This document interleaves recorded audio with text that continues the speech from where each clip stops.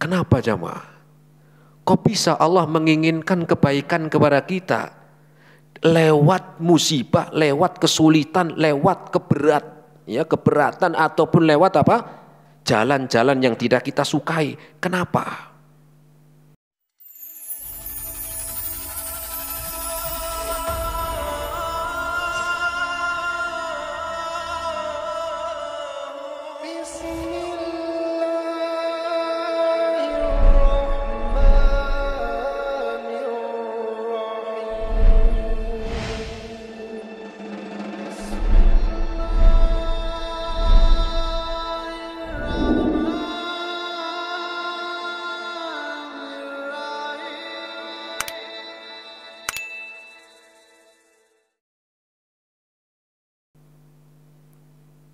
Di dunia itu ada penggugur dosa.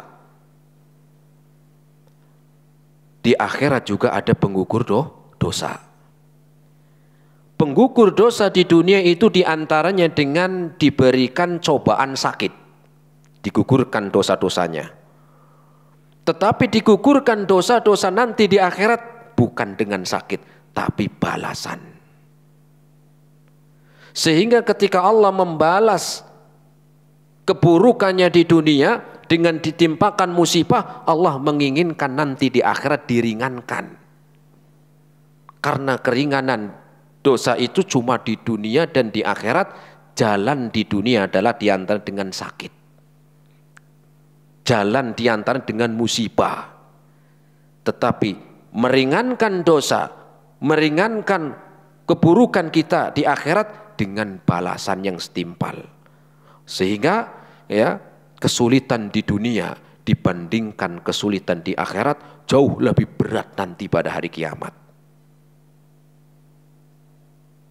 Makanya Rasul mengatakan idza aradallahu bi 'abdihil khaira, apabila Allah menginginkan hambanya kebaikan, ajjala lahu uqubata fid dunya, Allah menyegerakan ujiannya di dunia, disegerakan biar nanti di akhirat itu ringan. Sehingga bukan ukuran orang yang rizkinya lancar, usahanya lancar, sehat terus, kayak hidupnya harmonis terus, gak ada masalah, tapi gak pernah sholat. Itu bukan sebagai kabar Allah cinta itu. Justru orang yang seperti itu keadaannya, rizkinya lancar terus, sehat terus, gak mau ngaji, gak mau sholat. Oh, itu hati-hati bener. Hati-hati. Ini bukan nakut-nakutin ini. Ya. Kenapa? Karena tidak ada Allah menyebutkan atau Rasul menyebutkan Allah cinta ke hambanya itu diberikan rizki lancar, sehat terus, gak ada. Ya. Jauh dari agama, jauh dari ibadah, gak ada. Justru Allah mengkabarkan, Rasul mengkabarkan tentang Allah cinta itu lewat ujian. Bukan lewat rizkinya lancar, sehat terus, gak pernah sholat. Gak mau ngaji, gak mau belajar ilmu agama. Justru itu yang mengerikan. Justru itu yang ngeri. Harusnya mikir, kenapa saya sehat terus? Kenapa saya lancar terus rezekinya? Padahal saya gak mau ngaji. Harusnya takut di situ. Kayak orang naik tangga, dengan tadi dari bawah naik ke sini lantai 2. Kalau dibiarin terus dari tangga 1, 2, 3 sampai ujung jatuh, dari ujung sini udah di atas. Sakitan mana baru naik tangga 1, 2 jatuh?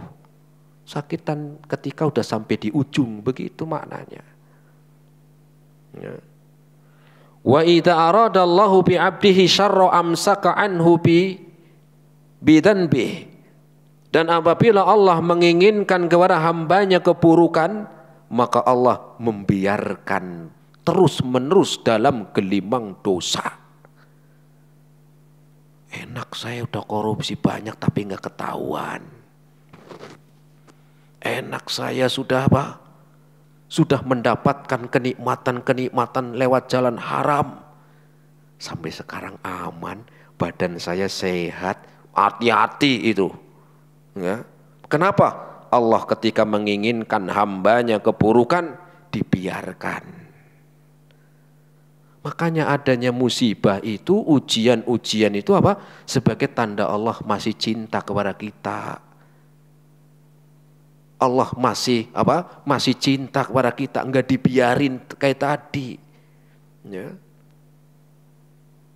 Hatta yuwahi bihi yaumal qiyamah. Sampai nanti ketika dibalas di hari kiamat jamaah. Ya.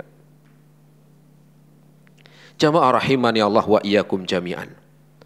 Terus apa yang menjadikan hikmah agar musibah itu berbuah menjadi apa? Menjadi berkah. Bagaimana musibah, ujian yang menimpa kita, baik ujian yang kecil, karena namanya ujian nggak tentu besar terus enggak. Ya, ujian itu macam-macam. Ada orang diuji lewat ekonomi, ada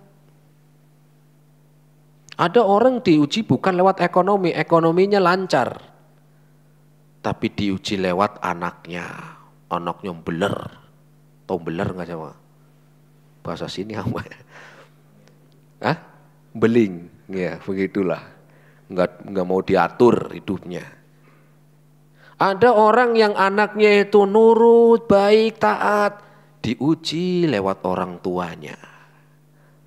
Kita itu ujiannya beda-beda. Ada yang orang tuanya baik, anaknya baik, ekonominya lancar, diuji lewat penyakit. Ada yang sehat, usahanya lancar, anaknya, orang tuanya baik, diuji lewat suami. Ada yang suaminya baik, anaknya, orang tuanya, usahanya, semuanya lancar, diuji lewat siapa? Lewat sendirinya. Sendiri bukan ujian, bisa. Ya. Sehingga ujian itu satu dengan yang lain itu tidak sama. Tidak sama. Tetapi yang penting ujian itu kita tahu apa? Hikmahnya. Ya. Ujian yang berbeda-beda, tetapi ilmu yang harus kita ketahui itu tuh sama, jemaah. Apa di antaranya? Ya. Maka menyadari bahwa ujian yang datang kepada seseorang itu adalah sebagai peringatan.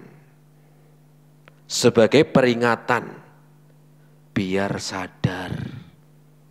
Biar sadar.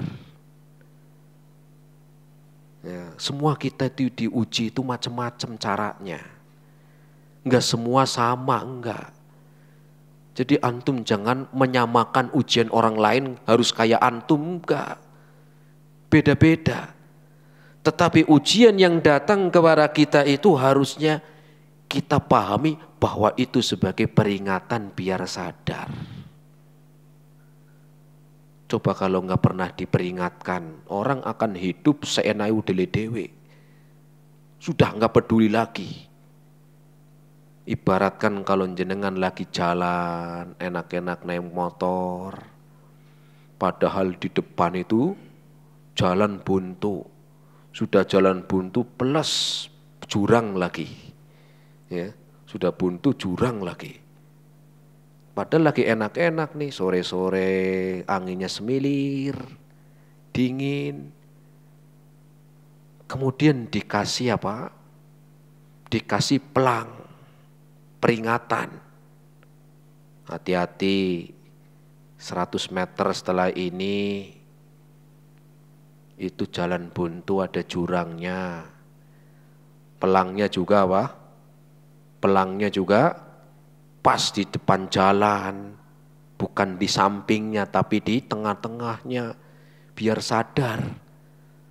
Tapi kalau orang yang sudah keenakan gak peduli, dia enak naik motor, menikmati pemandangan, ada tulisan gitu tabrak,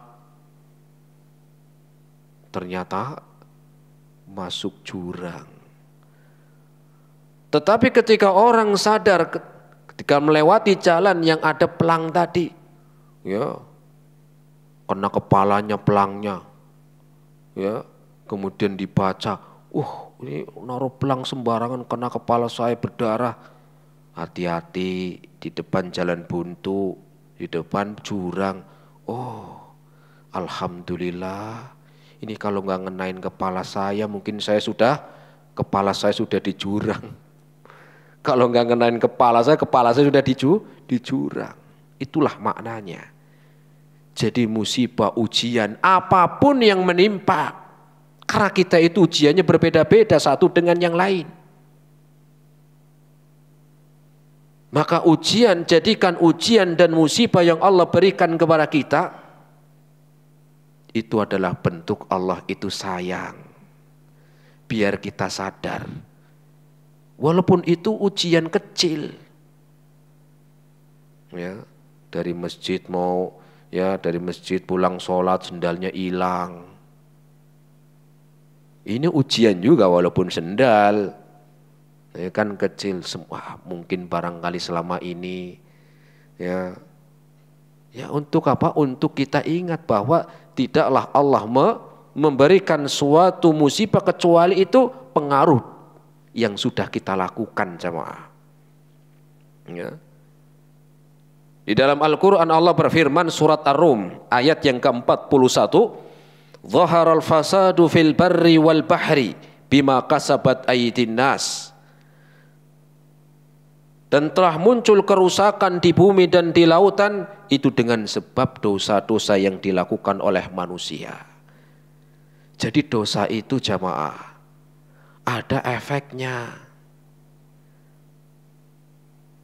Efek musibah, efek dari dosa itu bisa musibah, bisa macam-macam. Musibah kecil, musibah besar, itu sebagai efek dari dosa yang kita lakukan. Kayak tadi keluar masjid itu sendalnya ada yang nyuri. Barangkali mungkin selama ini kaki saya males untuk mendatangi tempat pengajian sehingga sendalnya hilang. Ya. Atau mungkin ketika diuji lewat yang lain. Karena setiap musibah yang datang itu sebab perbuatan dosa. Ini kenapa orang tua saya begini amat? Ya, atau kita tertimpa musibah macam-macam, barangkali itu dosa yang sudah kita lakukan. Karena dosa yang kita lakukan jamaah enggak ada yang gratis. Tidak ada yang gratisan. Dosa yang sudah dilakukan kita itu pasti ada balasannya. Sehingga dengan balasan itu biar kita sadar. Balasan itu bisa sekarang, bisa besok, bisa seminggu lagi, bisa tahun depan. Atau seandainya di dunia belum dibalas, di akhirat gak lolos. Ini kenapa suami saya ini sekarang pelit amat ya. Barangkali mungkin kita yang kurang bersyukur bisa juga. Jangan langsung nyalain suami. Ya. Ini kenapa nih mobil nih ngadet mulu, perasaan kemarin baru diservis. Mungkin selama ini mobil ini digunakan untuk yang haram, kita nggak tahu. Harus kita pahami, kita sadari dosa yang kita lakukan itu ada dosa yang kita lakukan itu ada balasannya.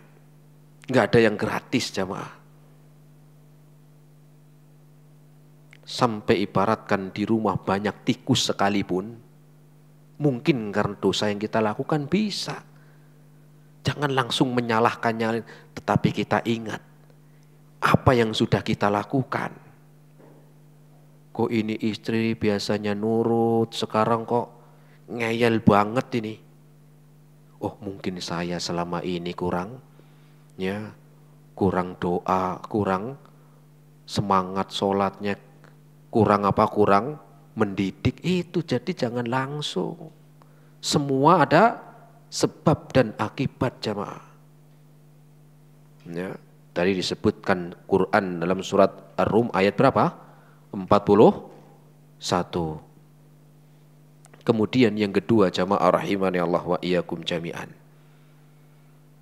Ujian musibah yang datang kepada kita, baik itu ujian yang kecil ataupun yang sedang ataupun yang berat, maka sadari itu adalah cara Allah untuk menggugurkan dosa-dosa. Itu adalah cara Allah menggugurkan dosa-dosa kita. Jangan dosanya banyak pas sedikit jamaah. Di sini yang bapak-bapak diem nih. Memang banyak dosa, memang nggak punya dosa ini. Dosa kita itu banyak jamaah. Baik dosa-dosa yang kita lakukan itu dosa lisan. Apalagi lisan setiap hari kita ngomong. Dosa ghibah. Ya. Apalagi orang kalau ghibah kan semakin yang akan dibicarakan rahasia, semakin pelan ngomongnya. Jebu. Apalagi kalau ghibah itu kan semakin yang akan dibicarakan suatu yang yang rahasia, itu semakin pelan. Manggilnya juga pelan gitu. Hati-hati, itu baru dosa satu. Belum dosa yang lainnya. Menghina, dosa-dosa mata. Sudah ngelihat apa kita selama sehari? Baru sehari nih. Dari mulai berangkat kerja sampai pulang kerja. Dari di rumah sampai di tempat kerja. Ngelihat apa kita? Belum dosa tangan yang kita lakukan. Mencetin apa begitu kan? Ya. HP-nya buat apa yang sudah kita miliki. Maka di antara jalan menggugurkan dosa-dosa adalah Allah memberikan ujian kepada kita. Rasul sallallahu alaihi wasallam menyebutkan di dalam hadisnya yang diriwayatkan oleh Al-Imam Al-Bukhari dan Muslim, "Ma yusibul muslima min nasabin wala wasabin wala hammin wala hazanin wala adan wala ghammin hatta syaukatu yushaquha." Rasul bersabda, tidaklah suatu ujian musibah, sesuatu yang tidak kita inginkan menimpa seorang muslim sehingga dia bersedih, sengsara, kemudian ataupun dia menjadi galau ataupun mendapatkan kerugian-kerugian, gangguan-gangguan, ya, hatta syaukatu yushaquha, sampai duri yang menusuk kakinya. Duri kecil, duri itu kan kecil, yang menusuk kaki, illa kaffarallahu biha min khatayahu, kecuali itu adalah cara Allah ketika ingin menggugurkan dosa-dosanya. Ya, walaupun duri kecil, ya. 4 hari yang lalu saya lagi bersihin rumput coba, cabutin itu kan. Ada duri yang nancep, saya cabut. Ternyata masih tersisa di dalam. Susah bener itu, semalaman itu baru kecil. Diambil susah caranya, bingung. Kalau gede kan tinggal ini, ketinggalan lagi. Udah tadi nusuk agak gede, dicabut, putus. Nah waduh, itu kita kalau nggak tahu begini, ya marah-marah gitu mungkin. Semalaman udah pakainya macam-macam gak keluar-keluar itu. Ya, mungkin itu cara Allah pengen menggugurkan dosa. Ataupun rasa sakit yang diderita, sakit Dan sakit ini enggak harus sakit berat, enggak. Walaupun sakit ringan jemaah. Jadi jangan salah, yang namanya penggugur dosa itu bukan hanya sekedar sakit berat tuh, enggak. Udah enggak bisa jalan, oh penggugur dosa. Iya itu diantara, tapi sakit ringan pun bisa menjadi penggugur dosa. Kalau panuan gimana Ustadz? Ya kalau jenengan sabar, tapi ya diobatin bukan didiemin. Penggugur dosa Ustaz, semakin lama semakin dosanya banyak dihilangkan. Ya enggak diobati. Ya. Apa kata Rasul? Illa kafarallahu biha min khatayahu. Maka dari ujian-ujian yang menimpa dia menjadikan sedih, sengsara, berat, pikiran, mumet dan seterusnya, sampai duri yang menusuk, kecuali itu adalah cara Allah ketika ingin menggugurkan dosa. Ya. Kita itu kan pengen semuanya digugurkan dosa-dosanya, pengen semuanya. Mau dikasih ujian, enggak semuanya. Ini gimana ini kan? Ya. Kita kalau ditanya semua pengen diampuni dosa-dosanya, pengen. Mau dikasih ujian, enggak. Ya enggak nyambung, harus nyambungnya itu penggugur dosa ada ujian. Adanya orang yang lulus sekolah kan ada ujian dulu. Ya, enggak pernah sekolah kok lulus gimana?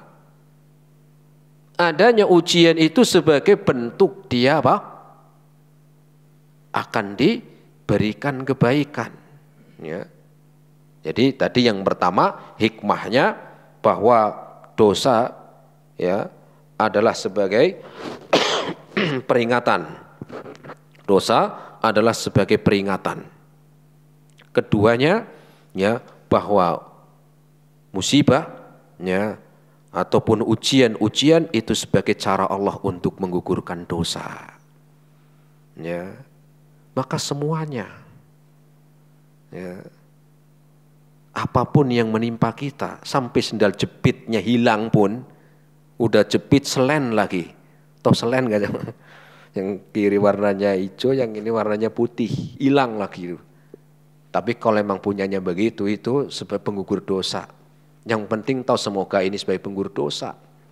Ya. Lamarannya ditolak, ya penggugur dosa. Pengennya apa? Ya diterima, ya digugurkan dosa gitu ya. Tapi kan enggak setiap bentuk Allah cinta kepada kita, enggak setiap apa yang kita inginkan itu dikasih. Seperti tadi dikasih sayang seorang tua kepada anaknya. Dan beratnya seseorang terkadang dirasakan sampai ketika sakaratul maut. Beratnya apa? Ujian itu sampai dirasakan ketika seorang sakaratul maut. Sampai sakaratul maut itu sebagai bisa diantaranya penggugur dosa. Dan ini disebutkan oleh Syekh Muhammad bin Shalih Al-Utsaimin rahimahullahu ta'ala. Ya. Jadi kalau ada orang mau meninggal dunia, lagi sakaratul mautnya, matinya susah, itu belum tentu sebagai banyak dosa, bukan. Itu tetangga saya kemarin waktu mau mati susah banget dia, sakaratul mautnya ngeri, itu kayaknya banyakan dosa tuh kayaknya. Belum tentu. Kenapa? Karena kesulitan di dunia termasuk sakaratul maut bisa menjadi penggugur dosa. Bisa menjadi penggugur dosa jemaah. Ya. Maka semakin berat ujian, semakin besar pahalanya. Seperti apa? Pohon kelapa yang semakin tinggi, semakin besar anginnya. Tapi kalau jenengan pengennya jadinya suket terus, apa suket? Rumput. Jenengan pengennya jadi rumput atau jadi pohon kelapa, Bu? Pohon kelapa bener, siap. Ya enggak mau juga, enggak siap menerima ujian dan musibah. Itulah intinya, ya semakin berat ujian, maka semakin besar pahala. Sebagaimana ya pohon kelapa yang semakin tinggi semakin berat ujiannya.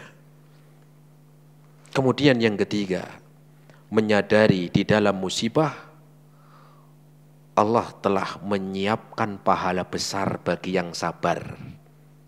Apa jemaah?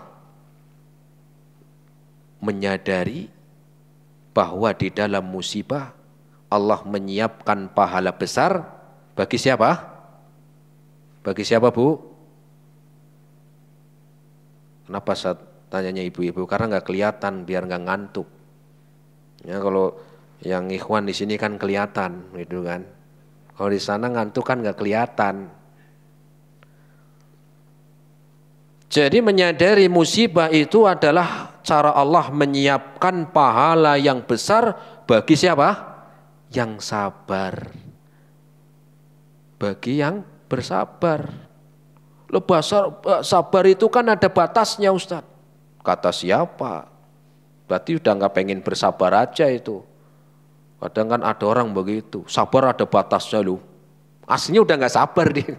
Aslinya udah nggak sabar dia.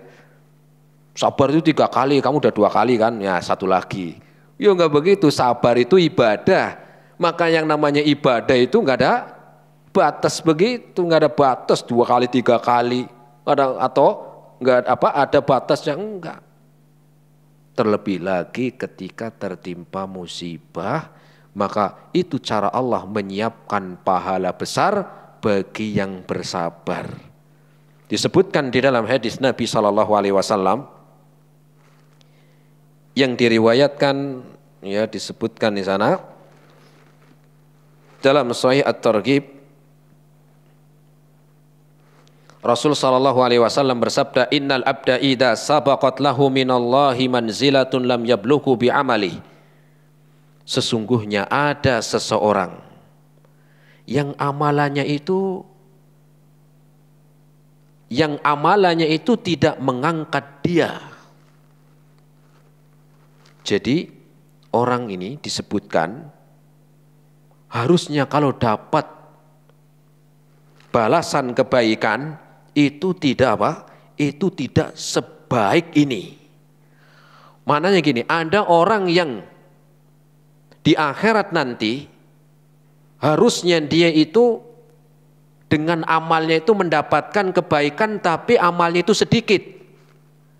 Tetapi dibalas dengan apa? Dengan kebaikan yang luar biasa besarnya. Ibaratkan orang ini, misalnya orang mau nginep di hotel misalnya.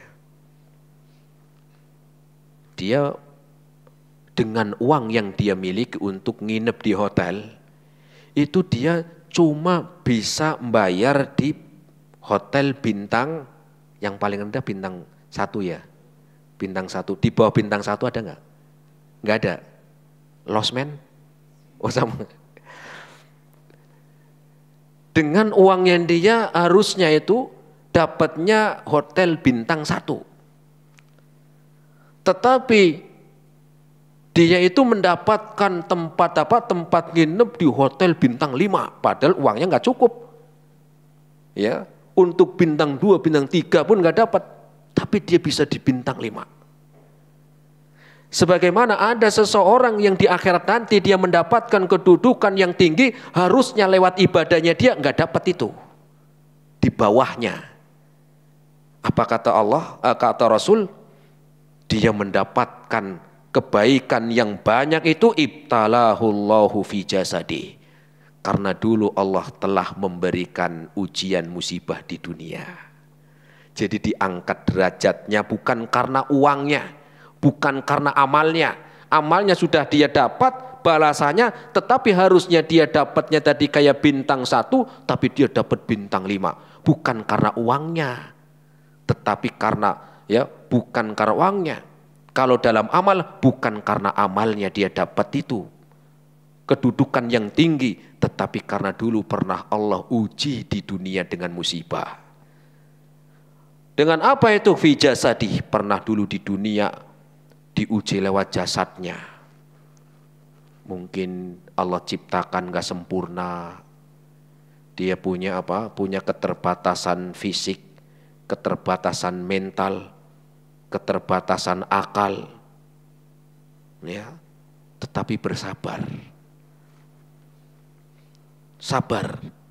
Atau mungkin dia diuji dengan fisiknya yang enggak sempurna, cacat mental,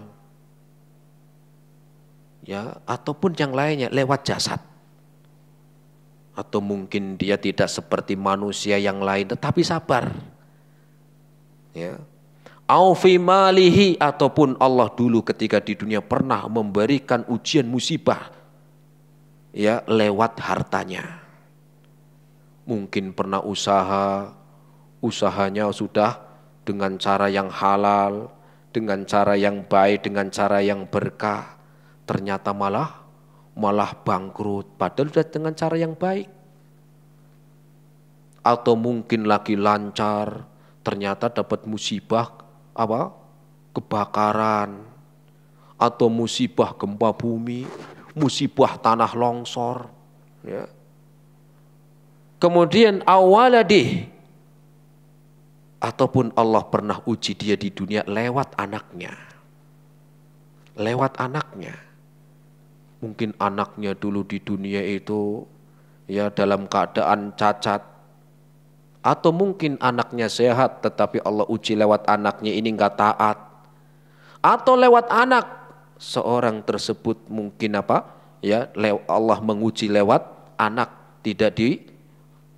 Allah tidak memberikan karunia anak, ya.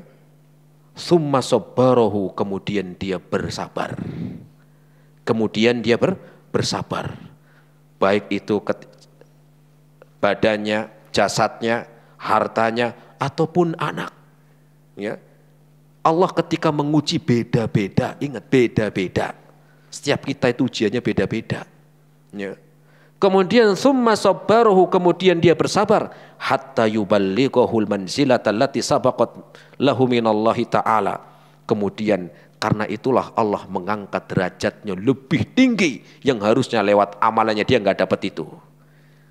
Harusnya lewat amalannya dia dapat bintang 1, tetapi Allah angkat derajat sampai bintang 5 karena pernah dulu di dunia diuji, pernah diberi musibah, pernah Allah timpakan ujian sehingga dia bersabar. Dengan sabarnya dia Allah angkat setinggi-tingginya. Dan ini hadis sahih li ghairi, disebutkan oleh Syekh Albani rahimahullahu taala. Ya. Maka jangan sampai kita itu gampang suudzon. Dikit-dikit suudzon, ya.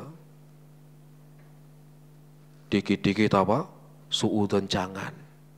Mau ngaji ke sini naik motor, bannya pecah. Allah enggak sayang ini. Mau ngaji ini padahal ini. Mau ngajar ini. Bannya bocor, itu yang mau nonton konser aja lancar. Itu namanya suudzon, ya. Mau sholat, ya, atau misalnya sholatnya sudah rajin, ngajinya rajin, lancar, sholatnya lancar, ngajinya lancar, rizkinya nggak lancar. Allah ini nggak sayang ke saya ini. Saya kurang apa coba? Waduh, kurang apa katanya? Sholat nggak pernah saya tinggalin. Ngaji berangkat setiap Jumat. Setiap Jumat. Tapi kenapa rizki saya begini amat ini? Ini suudzon. Itu Anda nggak pernah sholat, ngaji aja nggak mau, tapi kayaknya buka cabang terus dia. Ya, jangan suudzon. Ingat, ya. Jadi Allah memberikan, mengangkat derajat seseorang nanti pada hari kiamat, ya. Ada yang lewat amalan dan ada yang lewat bukan amalan, tetapi kesulitan yang pernah dihadapi. Sehingga jangan mudah kita suudzon. Jangan mudah kita bersuudzon, ya. Apalagi suudzon kepada Allah ini. Suudzon sama ustadz aja nggak sopan. Ya. Apalagi suudzon kepada Allah, coba, ya.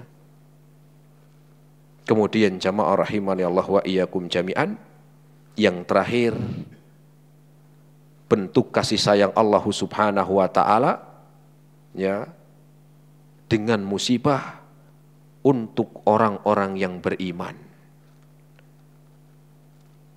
Bentuk kasih sayang Allah Subhanahu wa taala dengan musibah itu dengan musibah. Bentuk kasih sayang Allah untuk orang yang beriman lewat musibah. Kenapa orang yang beriman, Ustaz? Iya, kalau orang yang enggak beriman bukan apa? Bentuk kasih sayang itu, bukan bentuk kasih sayang. Ini sama-sama tertimpa musibah. Sama-sama kena longsor. Karena tetanggaan, sama-sama rumahnya rata. Tapi rumah yang A orang yang beriman, rajin sholat, rajin ngaji. Yang rumah B sebelahnya bukan orang yang beriman. Atau mungkin udah beriman tapi males sholat. Sama-sama beriman tapi gak taat. Maka Allah ketika menimpakan satu musibah ini, khusus yang satu, yang pertama itu adalah bentuk kasih sayang Allah yang khusus bagi orang yang beriman dan bertakwa. Bentuk kasih sayang yang khusus. Adapun yang malas sebagai peringatan, biar tobat. Ya, biar apa? Biar tobat. Makanya Allah Subhanahu wa taala berfirman dalam Al-Qur'an surat Yunus ayat yang ke-62 sampai 63. Ala inna awliya Allahi la khaufun alaihim walahum yahzanun. Ketahuilah sesungguhnya wali-wali Allah Subhanahu wa taala mereka tidak merasa takut, tidak ada rasa takut. Walahum yahzanun, dan mereka tidak bersedih. Ya. Alladzina amanu wa kanu yattaqun. Yang mereka beriman dan mereka bertakwa. Sehingga ya, bentuk kasih sayang Allah khusus untuk orang yang beriman dan bertakwa dengan diberikan ujian dan musibah, ya, sehingga tidak ada jalan untuk kita bersuudzon kepada Allah Subhanahu wa taala, ya, tidak ada jalan lain, ya, kecuali itu adalah sebagai kebaikan, hikmah dan sebagai keutamaan yang besar di sisi Allah Subhanahu wa taala. Ini jamaah yang bisa kita sampaikan, semoga bermanfaat pada kesempatan siang hari ini. Ya, insyaallah taala kita akan melanjutkan dalam bahasan ya kitab yang lain, karena alhamdulillah ya tanpa terasa kita sudah menyelesaikan tentang ya nasihat nasihat yang ada dalam buku Al-Wasailul Mufidah lil Hayati Sa'idah. Dari 8 nasihat berharga ini semoga bermanfaat. Terima kasih atas segala perhatiannya. Wassallallahu ala nabiyyina Muhammad wa ala alihi wa ashabihi wa sallama tasliman katsira. Silakan kalau ada yang mau bertanya yang mungkin bisa dijawab. Cek. Bismillah. Assalamualaikum warahmatullahi wabarakatuh. Waalaikumsalam warahmatullahi wabarakatuh. Ustadz, ini mau tanya, saya dan istri punya sahabat, kemudian suaminya itu meninggal. Terus dia memiliki anak perempuan usia sekitar 4 tahun. Bagaimana menjelaskan kepada anak usia 4 tahun bahwasanya bapaknya itu sudah meninggal? Apakah ini bisa mungkin nggak tahu ini ujian atau apa, Ustaz? Cukup, ya. Ustaz. Bagaimana menjelaskan anak yang 4 tahun bapaknya meninggal dunia karena bapaknya itu temannya gitu ya. Karena memang anak 4 tahun itu dia belum memiliki kesadaran seperti halnya anak-anak yang sudah lewat umur 5 tahun atau 6 tahun. Dia sudah tahu. Terus bagaimana menyampaikan? Tetap menyampaikan ke anak, tetapi waktunya itu nanti. Karena kadang namanya anak 4 tahun itu belum terlalu paham. Saya kemarin punya teman jamaah. Anaknya itu sama anak 4 tahun, teman. Kemudian ibunya itu sakit karena bapaknya itu teman saya, ibunya sakit, anaknya 4 tahun. Kemudian dibawalah ambulan dari rumah ke rumah sakit. Anaknya ini titip sama tetangga karena mau nganter istrinya ke rumah sakit. ternyata di rumah sakit meninggal dunia. Kan bingung ini. Sedangkan anaknya 4 tahun sama tetangga. Ya. Terus gimana ketika pulang? Ya akhirnya dari teman-teman ini untuk biar anak ini nggak terlalu ya sedih mungkin, tapi kan walaupun belum paham, jadi dibelikan sepeda kecil. Jadi dia main-main itu di depan. Rame di rumah tuh rame, dari mandikan, mengkafani. Ya, anaknya tuh nggak paham.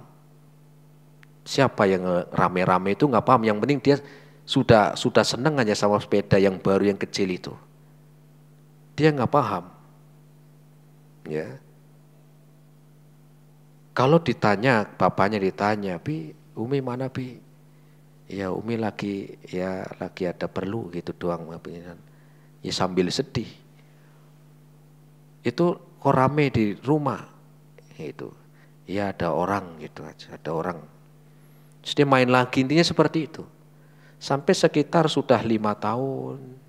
Ya sekarang sudah kurang lebih 5 tahun lebih lah. Sekitar 5,5 sampai 6 tahun. Ya sudah mulai bisa dikit-dikit. Ya. Akhirnya Pak disampaikan, baru dia sadar. Dari umur 4 tahun sampai ya umur 4 tahun sampai tadi 5 tahunan, taunya anaknya itu, ibunya itu di rumah sakit. Karena kan ngelihat ketika dibawa bapaknya. Kalau ditanya, "Umi kamu di mana?" "Di rumah sakit." Taunya itu gitu loh. Karena ketika pulang kan nggak ngelihat, sudah dalam keadaan ya sudah meninggal. Maka sampaikan ya mungkin belum waktunya kalau umur segitu, karena kadang juga disampaikan mereka belum paham. Ya mungkin nanti ya sekarang ya sekarang dibuat biar nggak terlalu ya ingat dengan ya bapaknya dulu ya, jangan langsung diingatkan ke bapaknya dulu, mungkin dengan cara-cara yang lain. Ya, kalau diingatkan pun terkadang dia pun paling nanya-nanya iya, ya. Nanya-nanya iya, tapi kalau disampaikan seperti ini mereka juga anak-anak sebesar itu belum paham. Dan mungkin itu sebagai jalan Allah Subhanahu wa taala memberikan kebaikan. Kenapa? Karena Rasul mengatakan innallaha la yaqtilil mu'mini qada'an illa kana khairan lahu. Tidaklah Allah menimpakan suatu musibah kepada seorang kecuali itu kebaikan. Karena kita nggak tahu kebaikan di mana, kita nggak tahu, tetapi Allah lebih tahu. Barangkali itu adalah kebaikan. Kalau Rasul bayangkan dari kecil, maka pasti di sana ada hikmah dan pasti ada kebaikan. Dan Allah tidak menimpakan suatu musibah kepada seorang kecuali aslinya ketika dia memahami, ya, mengetahui hikmah-hikmah yang kita telah sebutkan tadi, ada kurang lebih 5 atau 6 poin tadi. Semoga itu menjadikan kebaikan dia, ya, dan kebaikan untuk keluarganya. Allahu a'lam. Ya.